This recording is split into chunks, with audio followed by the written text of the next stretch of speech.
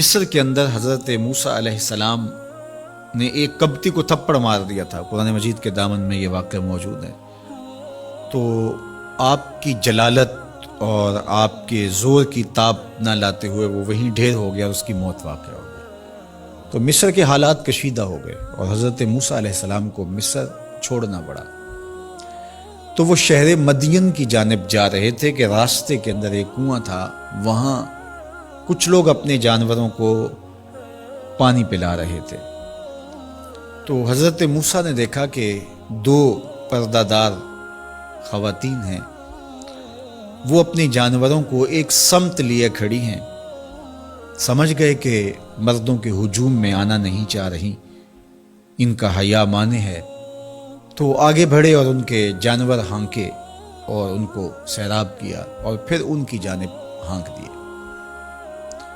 وہ واپس گئیں اور اپنے والد بزرگوار سے کہا کہ ایک سال نوجوان جس کی آنکھوں میں شرم و حیا تھا، اس نے ہمارے ساتھ یہ مہربانی کی۔ تو ان کے والد گرامی نے کہا کہ جاؤ اس کو بلا کے لاؤ۔ قرآن مجید میں اس کا ذکر کیا گیا، فجاءتہ احداہما تمشی علی استحیاء، ان میں سے ایک خاتون حیا میں سمٹی ہوئی حاضر ہوئی۔ اس نے کہا کہ ہمارے والد گرامی آپ کو بلاتے ہیں، آپ نے ہمارے ساتھ جو مہربانی کی ہے اس کا وہ اجر دینا چاہتے ہیں۔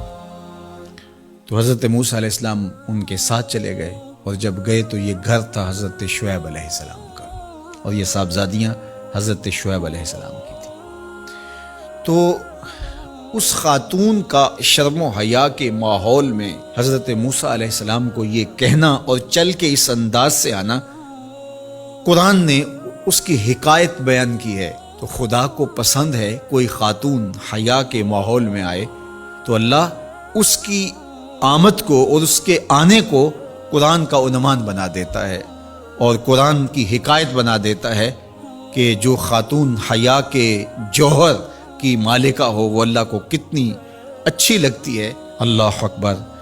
حضرت نبی اکرم صلی اللہ علیہ وآلہ وسلم کا فرمان حیا کے حوالے سے، الحیاء من الایمان، حیا ایمان سے ہے۔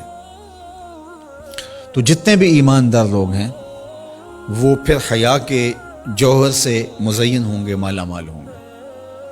آپ دیکھ لیجئے سب سے بڑے ایماندار تو میرے اور آپ کے آقا مولا ہیں، اور حضور کمواری لڑکی سے زیادہ حیادار تھے۔ باقی حضور کے اصحاب دیکھ لیجئے، ان کا حیا، اور حضور کی ازواج مطہرات کا حیا دیکھیے۔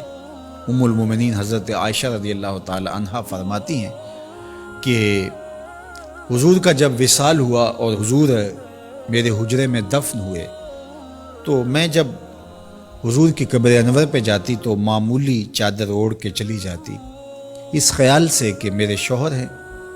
پھر حضرت ابوبکر صدیق رضی اللہ تعالیٰ عنہ کا وصال ہوا تو وہ بھی ساتھ دفن ہو گئے، تو میں پھر بھی اسی حالت میں جاتی اور میں سوچتی کہ ایک میرا شوہر ہے اور دوسرا میرا والد ہے۔ کہا پھر حضرت عمر رضی اللہ تعالیٰ عنہ کا انتقال ہوا اور وہ بھی ساتھ مدفون ہوئے۔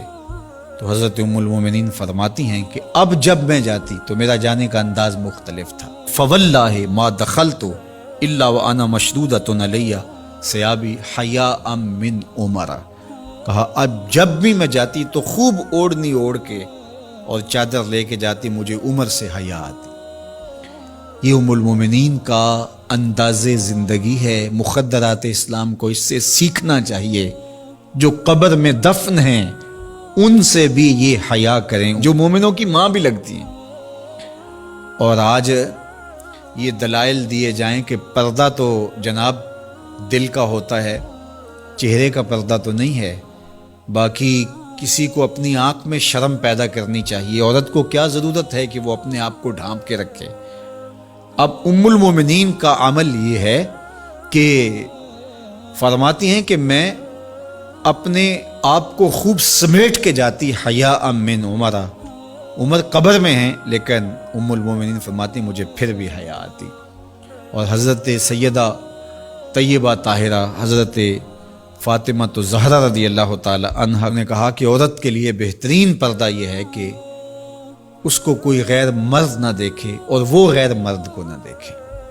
تو جب یہ ہمارا دین ہمیں سکھاتا ہے اور حیا کا یہ سبق دیتا ہے، بڑوں سے حیا کرنے کی تلقین کی گئی، اللہ سے حیا کرنے کی، اس کے رسول سے حیا کرنے کی تلقین کی گئی۔ صحابہ فرماتے ہیں بعض اوقات ہم کچھ پوچھنا چاہتے ہوتے تھے اور حضور کے حیا کی وجہ سے ہم ایک عرصہ تک وہ بات نہیں پوچھ پاتے تھے۔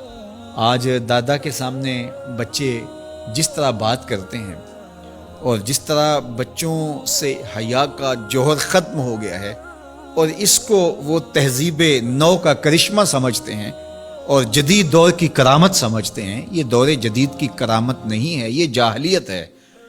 بڑوں کا احترام اور بڑوں کی عزت یہ زندگی کا جمال ہے۔